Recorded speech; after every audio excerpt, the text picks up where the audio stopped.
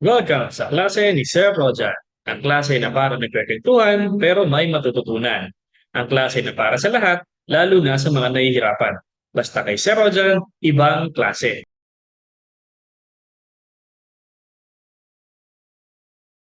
So, ngayon naman, ang ating i-discuss ay ang topic na management services. Part 2 ito ng ating lecture series tungkol sa licensure examination for CPAs.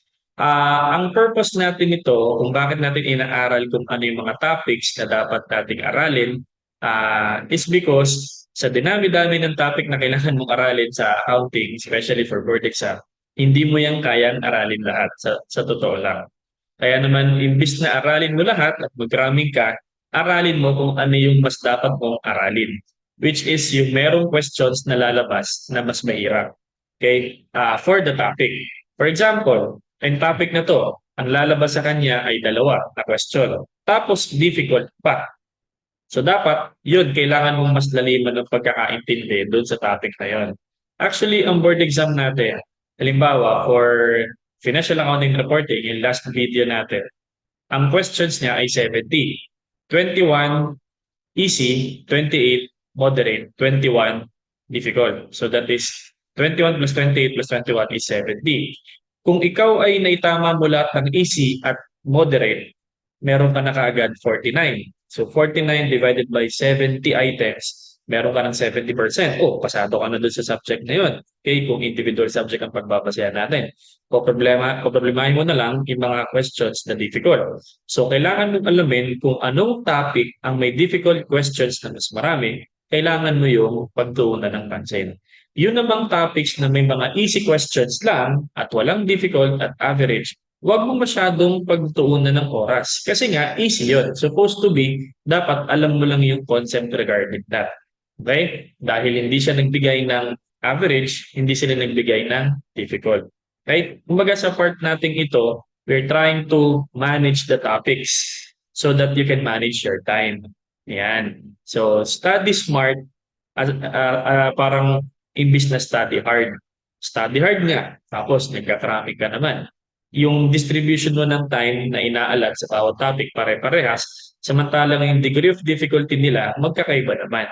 Kaya sa video natin ginagawa, sa 6 na videos natin for each subject, in-identify natin kung anong topics ang kasama sa subject na yon at kung kung ilang questions ang lalabas sa topic na yon at kung ano nung klaseng difficulty ang lalabas sa bawat question, sa bawat topic. Okay? Ayan. So, pag-uusapan natin ngayon is tungkol sa management services. So, management services tayo, no? Actually, medyo matatawa ka dahil sa dinami-dami ng subjects ng ating board exam, 6, ito ang pinakakukunti ang topics. Actually, dalawa lang. Management accounting tsaka financial management. May dumagdag pa nga yung economics, economic concepts relating on essential sa obtaining and understanding the entity's business and industry.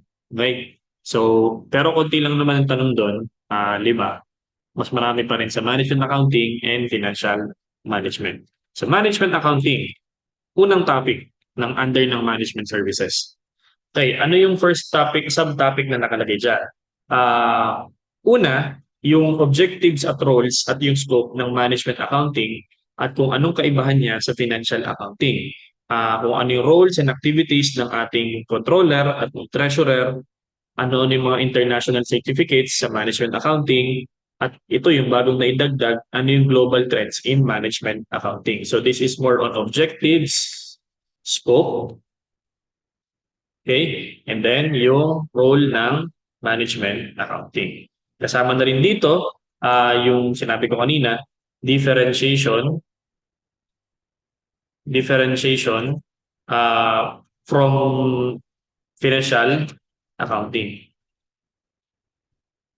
Okay? Dito ko lagay sa baba. Ano pa? Ito yung mga roles and activities ng isang controller at treasurer. So, actually, hindi mo naman kailangan kalaliman dito dahil yung questions na lalabas dito ay more on easy. So, pag easy, ang interpretation natin sa kanya, naintindihan mo yung concept. So, personally, I think more on theory siya. Okay? Kasi understanding the concept dito eh. Naintindihan mo ba yung concept? Okay? Pero hindi ko sinasabi na walang lalabas sa problem din. Kung yun yung paraan ng BOA na tignan kung naintindihan mo yung concept, edi bibigyan ka lang niya ng simple computation for them to assess whether naintindihan mo yung topic na yun. Pero again, do not dwell so much on a topic na puro easy. Dahil nga mangangain siya ng oras na dapat nilalagay mo sa mga topics na may difficult. Okay? Kaya pagdating sa dulo, sasabihin mo parang kulang ka na sa oras, where in fact, masyado ka lang nagbabad sa mga easy topics. Okay? So again, controller and treasurer ng international certifications. Certifications. Yan. Tsaka yung global trends. Ito bago na rin yun. Global trends in management accounting. So, ang lalabas itong items, dalawa. Then, lahat ng yan ay easy. Okay? What else? Another subtopic ng ating management accounting is yung concepts and techniques. Concepts and techniques. Okay? For planning and control. For planning and control. So ano na ba yung mga kasama dito? So dito sa uh, concepts and techniques for planning and control, ito yung dinidiscuss dito yung different types of costs. Okay, different types of costs. Okay, kasama dyan yung mga uh, direct, indirect, tsaka yung variable, inventoriable, yung period, yung product, yung opportunity cost, yung sunk cost. Basta yung classification of cost, dyan dinidiscuss. At kung ano yung characteristic, tsaka yung behavior, okay? Aside from the different types, okay? Meron din tayong mga characteristic at saka yung behavior. And then, yung pag-utilize ng segregation, cost behavior segregation, and then yung prediction techniques natin to determine yung usefulness for planning purposes. So dito natin pwedeng isama yung high-low method, yung mga least square regression, etc. Ayan. So ilan bang lalabas dyan? Okay. First is yung different types of cost na dinidiscuss ko. Okay. Lagay ko dito sa ilalim. Okay. So different types of costs.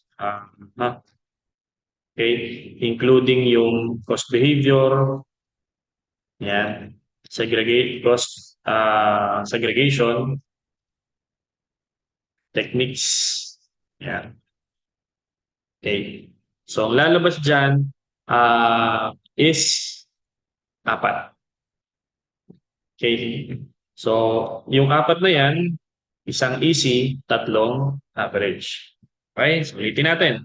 Dito sa ating unang subtopic, sa pangalawang subtopic natin, pero under siya ng planning and control, is yung different types of costs. Kasama dyan yung direct, indirect, variable, fixed, inventoriable, period, opportunity cost, sunk costs. Yeah. And yung characteristics nila, tapos yung behavior nila, how do we utilize cost behavior segregation, paano natin siya gagamitin, no? Once na segregate mo na yung total cost into variable, once na segregate mo na yun, at nakuha mo na yung variable cost per unit, etc., paano mo siya gagamitin for prediction. Okay? Ayan. So that's 4. Another one, number 2, under ng concepts and techniques for planning and control, is yung relationship of cost, volumes, and sales para makompute mo yung break-even point, or more famously known as CVP analysis. Okay? So yung CVP analysis mo, kasama dyan yung merong target profit. Okay? Yan. Including yung sensitivity analysis, yan, para ma-determine mo yung indifference point. So ilan bang kasama natin dito? Ilang questions? Again, also 4. Isang easy, tatlong average. So kung sa tingin mo kasi easy na siya, no? Huwag mo na masyadong puntahan mo yung mga questions or problems na gusto mo sagutan na tingin mo medyo mahirap kasi mas maraming lalabas. Dahil nga dito, halimbawa, sa topic na to, tatlo ang moderate, isang easy. So more or less, mas malaking chance ang lalabas mas mahirap na tanong. Okay? So, kasama din dito, syempre yung multi-product CVP analysis natin. Okay, number 3, under pa din ng ating planning and control, is yung activity-based costing. Activity-based costing, also apat, isang easy, tatlong average. Ayan. So dito sa activity-based costing, sinasama natin dito yung product cost, tsaka yung period costs, yung inventory costing, okay? Yung treatment mo ng fixed factory overhead costs. Actually, kasama nga rin dito sa traditional and ABC, dito na rin sinasama nila yung absorption tsaka yung variable costing. So ibig sabihin, yung concept of traditional and activity-based costing, base mismo to sa TOS pag tinignan natin, under na rin niya yung reconciliation ng income under absorption costing tsaka variable costing. So nandiyan na pala yan, apat, kasama sa apat. Okay? Yan. Tsaka yung allocation ng cost, yung activity levels, and then yung activity drivers. Yan. Okay? So, ibig sabihin, wala ka nang makikitang separate na for variable costing tsaka absorption costing. Kasi nandito na rin pala siya dito sa activity-based costing. Ayan. Okay? So, isama ko dito including variable costing and absorption. Which is, ano nga which is surprising kasi iba yung topic ng variable costing sa activity-based costing. Ayan. Pero nandiyan na yan. So, yun yung kailangan nating tignan. Okay? Ayan. Next, this is yung kasing TOS at pinagbabasehan natin. Effective siya 2022. So, effective pa rin naman siya hanggang ngayon. Okay? Next, another topic under ng planning and control is yung budgeting. Okay? So, yung budgeting natin. Ayan. So, for budgeting, ilan na kukunin na tanong dito? Anim. Okay. So, isang easy, dalawang average, tatlong difficult. Yan. So, yung budgeting process, yung pag-prepare ng master budget, okay, kasama na dyan yung mga operating budgets natin for production hanggang cash budget. Yan. And then, another topic under ng planning and control is yung standard costing. Dito sa standard costing, apat na kukunin, dalawang easy, tatlong difficult. Okay? So, dalawang difficult na pala. Dalawang difficult. Yeah. So, yung variance analysis, yung standard costing and variance analysis, pagdedetermine mo ng direct material variance, direct labor variance, factory overhead variance using the two-way, the three-way, tsaka the four-way. Okay? So, yung pangatlo natin na subtopic under the management accounting is yung for performance measurement. Performance measurement. Ayan. So, una na dito yung responsibility accounting. Ayan. Ilan na kukunin dyan? Apat. Okay, dito sa responsibility accounting, yung profit center, yung cost center, yung investment center. Ayan. At kung paano ma-determine yung proper accounting transactions affecting each center. Okay? Ayan. Kasama din dito yung transfer pricing. So, isang easy, tatlong average. What else? Balance scorecard. Kasama rin siya sa performance measurement. Ilan ang kukunin dyan? Also, apat. Madami rin palang balance scorecard, no? So, isa sa easy, isa sa average, dalawa sa difficult. Okay? Ayan. Next subtopic under ng management accounting is yung for decision making. Okay? Dito, kasama dito yung relevant costing or yung mga non-routine short-term decisions. Relevant costing. Ayan. So, sa relevant costing, ilan na kukunin? Dalawa. Okay? So, dito, kung titingnan mo yung TOS ng BOHWA, walang nakalagay kung anong klase siya. Easy ba siya? Average or difficult? So, good luck na lang. No? Basta dalawang questions sa kukunin dyan sa relevant costing. Kasama na rin ah yung part na yung relevant costing kasi, bali ano siya walo kung tutusin lahat-lahat sa kasama na yan. Parang dalawa sa yung mga relevant costs na applicable for analysis. Okay? Tapos dalawa pa sa Hindi. Tapos dalawa pa lang muna sa capital budgeting. So dalawa sa relevant costing, dalawa sa capital budgeting. Yan. Dito sa capital budgeting, yung elements lang muna ng capital budgeting investment decision, which is yung tungkol sa net cost of investment, yung tsaka sa cost of capital. At yan, dalawa yan. Pangatlo, under ng decision making is yung iba't ibang ah, scenarios.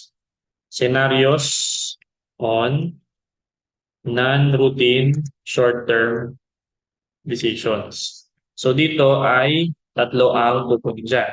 So nandyan yung make or buy, accept or reject, uh, yes, continue or shutdown, tapos sell or process further, best product combination, tapos ano pa ba? Pricing decision. Okay? Yeah. And then, yung pang-apat natin is more on probability analysis, decision tree, okay, and linear programming. Linear programming. So dito, isa ang kukunin dito. So all in all, 8 ang topics ng concepts and techniques for decision making. Okay? Ayan. So dito kasi sa una, yung relevant cost natin, relevant costing, ang tinutukoy dyan, again, is yung application ng concept of opportunity costs, yung operating cash flow, yun, tama yun. Yung application ng opportunity costs, yan. So, kasama na rin dyan yung mga best decisions for short-term routine scenarios. Okay? So, yeah. Next. So, nasa na tayo? Second topic, which is financial management. So, sa financial management, meron tayong number 1. First subtopic is yung, again, objectives at yung scope. Okay, so nature, objectives, and scope. So, ilan ang kukunin dyan? 3. Okay? Isa, easy, isa average, at isa difficult. So, yeah. Again, unknown to. Hindi natin to alam. Wala kasi nilagay sa TOS. I don't know, baka naman nalimutan lang din. Okay? Pero meron yan. Siguro lang mali yung aking reference. Nakuha. Anyway, next is FS analysis. So, next tayo. Yan. Yan ako to. I-freeze ko.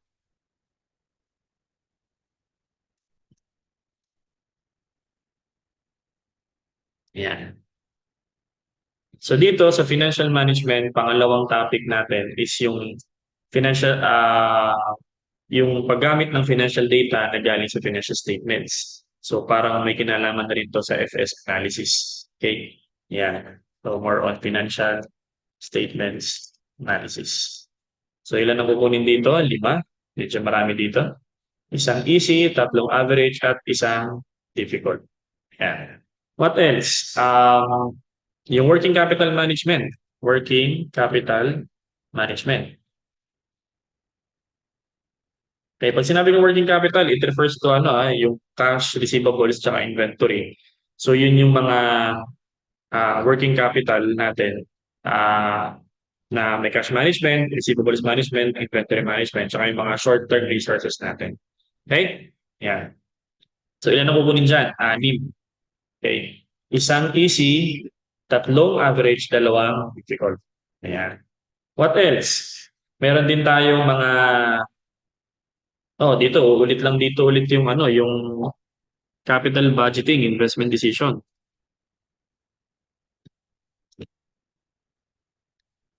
Okay? Anong pinagkaiba dito sa una? Yung nauna natin dito, again, nakalagay din kasi siya sa TOS, yung key elements. Parehas sa parehas nga siya eh. I don't know kung ano nangyari. Pero nakalagay kasi doon sa management accounting concepts and techniques for decision making, meron doon 2 items na manggagaling sa capital budgeting.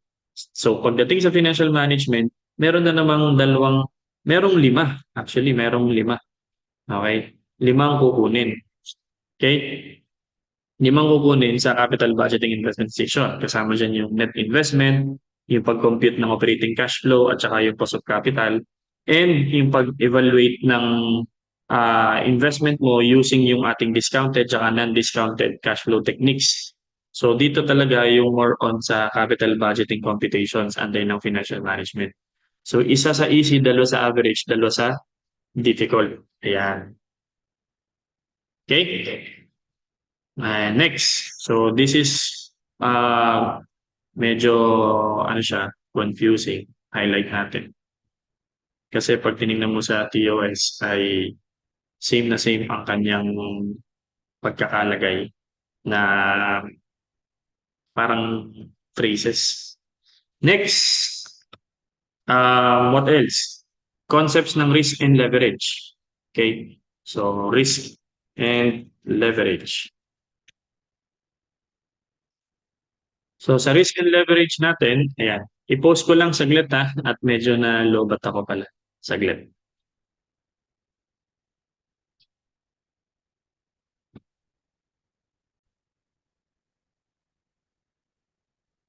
Ayan. So, nag-charge na tayo. Okay. So, saan na tayo? Ayan. Risk and leverage. So, dito naman sa risk and leverage, so nandito yung types of risks and how do you measure the risk at saka yung degree of operating, financial, tsaka yung total leverage and how do you distinguish the different types of risk and yung measurement of risk and kung paano mo siya i-apply sa relationship niya with the rate of return.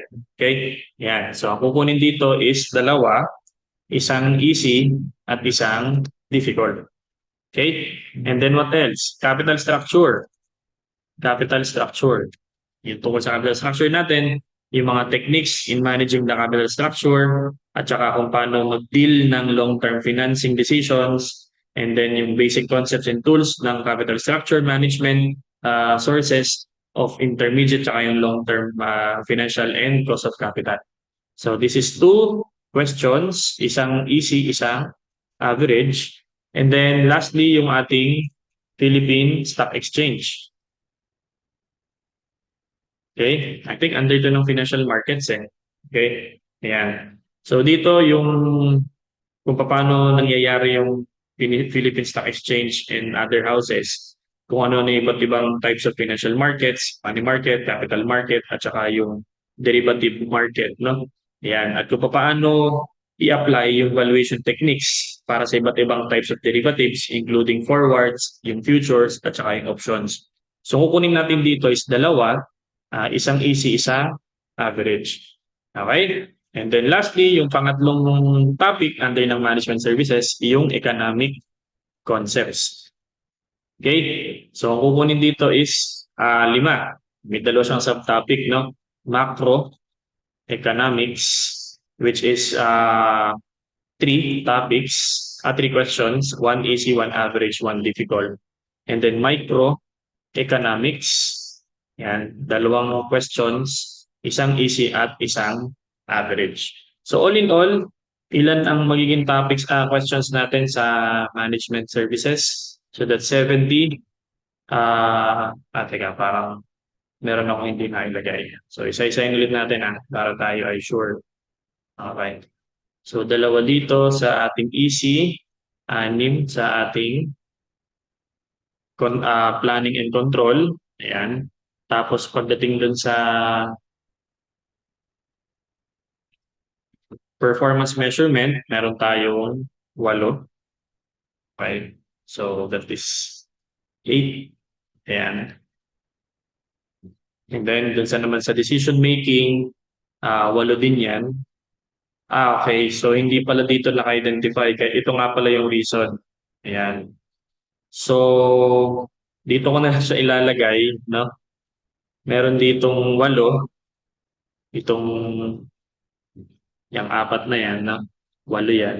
Since hindi natin alam kung alin dyan ang may easy, moderate, at saka difficult questions, dito ko na lang siya ilalagay sa mismong category niya.